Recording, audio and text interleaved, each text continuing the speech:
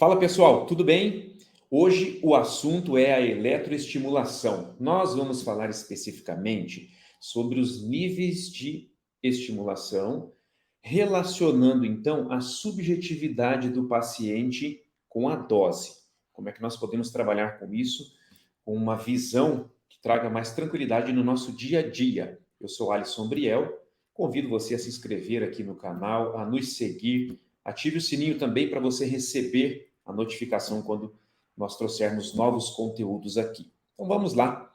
Falando especificamente deste assunto, nós temos que considerar alguns pontos importantes. E o primeiro deles é se você decidiu trabalhar, se você tem como objetivo, naquele momento, no dia de hoje, na tua sessão, nível sensorial de estimulação.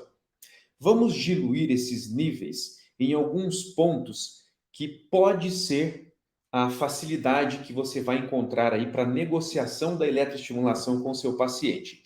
Existem níveis de estimulação sensoriais e também podemos chegar aos níveis de estimulação motores. Vamos diluir estes níveis para ficar mais fácil a nossa compreensão. Quando você começa a apertar o botão de intensidade do seu equipamento, o botão de dose, os níveis começam a crescer, você vai aumentando a miliamperagem, mas existe uma janela onde muitos pacientes, mesmo com alguns miliampere, não apresentam percepção sensorial alguma. Então você está trabalhando num nível subsensorial. A microcorrente, por exemplo, é um ótimo recurso para você trabalhar, principalmente você que reabilita regiões como cabeça, pescoço, face, regiões mais sensíveis. Então, uma dica fica aí a da microcorrente para você trabalhar em situações como estas. Este nível de microcorrente, esse nível de estimulação subsensorial, vai fazer um trabalho todo ali específico em relação à capacidade vital da célula. Então, estamos pensando em capacidade vital celular, estímulo biológico, incremento para algum tipo de recuperação para uma determinada patologia, um determinado caso que você vem atendendo. Se você passa para um outro nível de corrente, vai utilizar, por exemplo, a famosa TENS, então vai trabalhar com uma corrente alternada e ao administrar a dose é interessante que você comece a receber um feedback do seu paciente em um desses níveis que nós estamos mostrando para você aqui agora. Então vamos lá. Quando eu tenho um nível muito fraco, você vai determinar esta subjetividade de acordo com cada paciente que você trabalha. Cada pessoa pode apresentar um nível de subjetividade. Então é interessante compreender essa escala, para que você faça um manejo mais adequado aí da sua eletroestimulação, da sua eletroanalgesia, da sua estimulação elétrica, com o objetivo que você tem aí no seu dia a dia. O nível muito fraco, fica a dica aqui para você, é aquele nível onde o paciente começa a ter as primeiras percepções da sensação de parestesia, aquele famoso formigamento. O início você pode classificar como muito fraco. A partir de alguns miliamperes a mais, você vai então apertando o seu botão de dose, vai acrescendo, a onda vai aumentando o seu pico e o paciente começa a ter uma nitidez um pouco melhor. Mas esse ponto ainda pode ser considerado como um ponto fraco, perceptível, melhor do que o muito fraco, onde o paciente tem que prestar atenção se realmente a corrente chegou para ele, se ele está percebendo. Muitas vezes é tão fraco que em poucos segundos já ocorre o fenômeno da atenuação e o paciente diz: olha, já percebi, mas já desapareceu. Então você está nessa transição do muito fraco para o fraco. Então você continua administrando essa dose e vai chegar até um momento em que o paciente provavelmente diz para você: olha, percebo bem, estou sentindo o formigamento muito presente, mas tranquilo, bem aceitável, fácil de receber. Então você pode enquadrar esse nível médio sensorial com esta subjetividade do paciente. É aquele momento em que você diz para o seu cliente, o seu paciente: eu preciso que você tenha uma percepção bem nítida da estimulação, que não seja nem muito fraca e também não muito forte.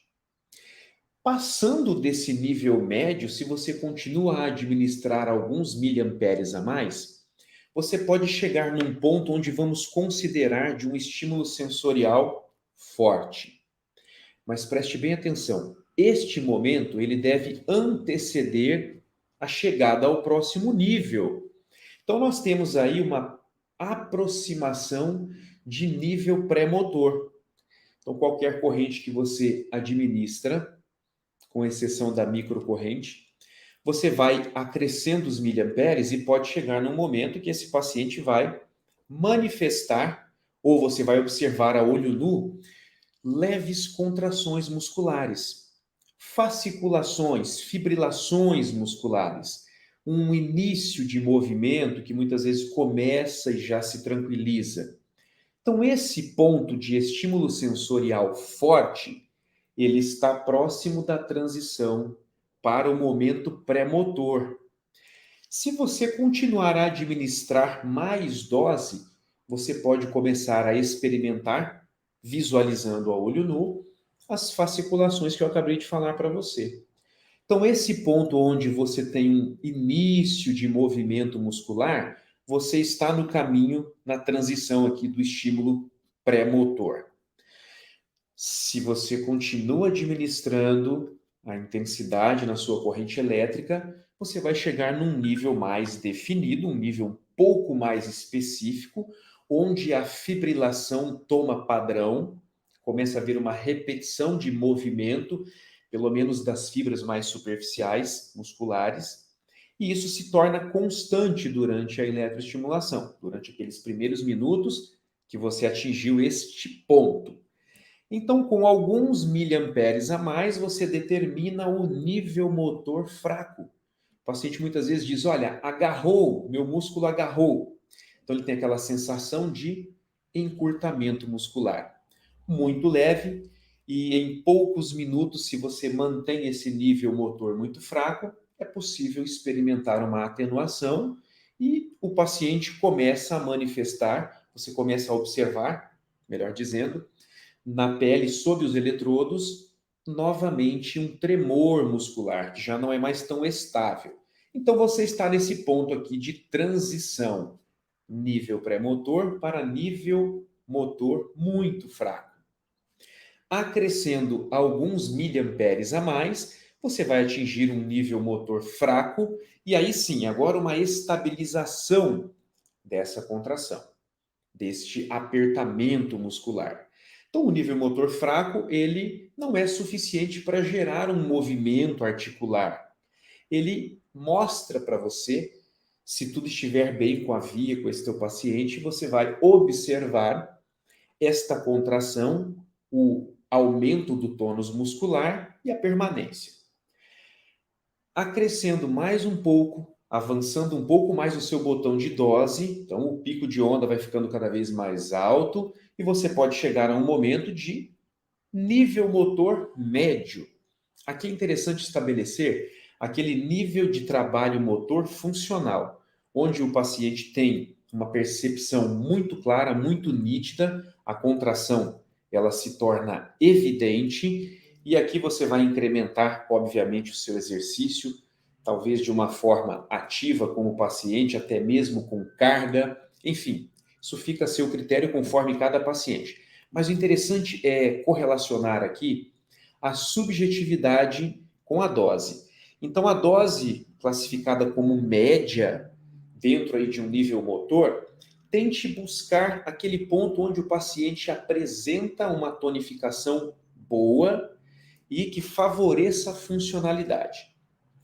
A partir desse ponto, se você incrementar um pouco mais, você vai atingir um nível de estimulação motor forte.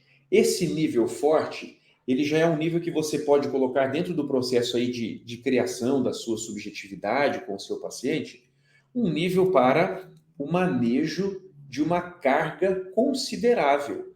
Então, pensando aí na fisiologia do exercício, um treinamento forte, onde você quer desenvolver talvez até a hipertrofia muscular, onde você quer desenvolver um ganho de força muscular mais efetivo.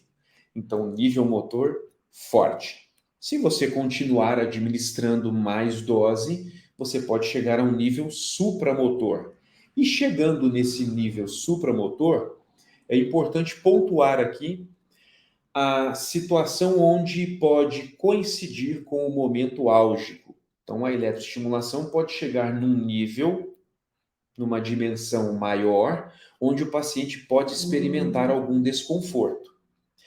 Nesse momento, é importante o terapeuta dosar, entender, claro, toda a situação do processo de reabilitação, o condicionamento dessa musculatura, porque esse nível supramotor, ele coincidindo com a dor, ele não é funcional para você, a não ser que o seu desejo venha a ser um desejo de ir expondo esse paciente ao ponto de dor para vencer essa barreira. Então aí é um outro nível de trabalho que a gente pode discutir mais à frente. Mas o interessante é, dentro destas possibilidades, conseguir relacionar a dose com a subjetividade do paciente. Então, esta conversação terapeuta-paciente facilita muito o incremento da eletroestimulação em qualquer um dos níveis. Se o seu nível, o seu desejo for um nível sensorial, uma eletroanalgesia, um trabalho para desenvolver uma melhor percepção, uma propriocepção, enfim, se você está desejando um trabalho com eletroestimulação para auxiliar no seu manejo aí de um processo inflamatório, ou se você está numa fase mais avançada, onde você quer um treinamento mais específico muscular, como já falei antes, um ganho de força muscular, um ganho de massa muscular, conseguir determinar estes níveis vai facilitar muito a sua vida, vai facilitar muito a sua conversação, a sua comunicação com o paciente para ir propondo um próximo degrau para ele, ok? Veja bem, aqui no ponto supramotor, tem uma sacada aqui também que é interessante falar, comentar com vocês.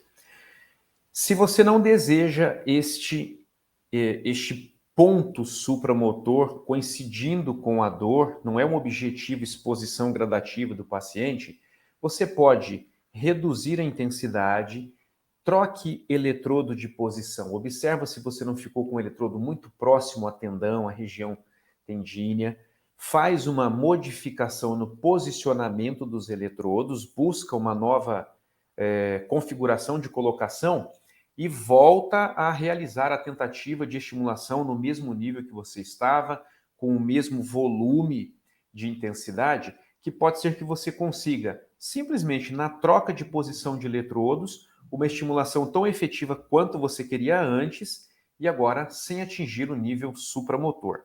Essa dica também é bem importante. Não recomendo que você trabalhe informando valor de energia para o paciente. O paciente não vai entender esse valor. Se é muito forte, se é muito fraco, ele não tem essa dimensão. O interessante é você deixar claro para o seu paciente onde você quer chegar com ele e estabelecer uma conversa. Fica como sugestão aqui esse quadro para vocês, que pode facilitar muito essa conversação, esta informação de correlação onde você está com o nível desta corrente elétrica. Seu paciente pode ficar ciente também do processo mais adiante, aonde você quer chegar. Então ele já aprende que existe uma escalada, existe uma escadinha. E dentro dessa escalada você vai controlando e manejando também a ansiedade do seu paciente e promovendo a próxima evolução da terapia. Lembre-se que, enquanto você está administrando a sua dose, você está aqui, ó, com a sua onda. Na formação da sua onda, você vai trabalhar o botão de intensidade, ele coincide então com a altura, o pico da onda, e neste pico de onda, você vai incrementando aqueles níveis que nós conversamos na tela anterior. Intensidade. É claro que compondo esse pulso da corrente elétrica, nós temos outras grandezas importantes, como, por exemplo, a repetição, a frequência de trabalho. Nós temos aí a largura do pulso, que também incrementa muito a nossa eletroestimulação, o nosso trabalho com essa grandeza, com esse agente físico. Fica aqui para você, então, essa dica importante de aproximação do recurso com a experiência que o paciente apresenta para você. Faz uso, depois você conta para mim aqui embaixo, coloque aqui as suas dúvidas, coloque os seus comentários, diga o que você achou a respeito deste modelo de trabalho, de aplicabilidade de conversação, de comunicação com o paciente, que ao receber uma eletroestimulação, é importante também que entendamos que cada pessoa possui uma experiência com corrente elétrica. Nós não sabemos se ela já passou por um trauma no seu passado, se a corrente elétrica é algo que ela vai aceitar com facilidade. Muitas vezes o paciente não conta para você se ele teve uma experiência negativa. E este tipo de manejo aqui, de conversa com o paciente, facilita muito ultrapassar talvez aí uma barreira que pode ser uma experiência negativa que esse paciente já apresentou.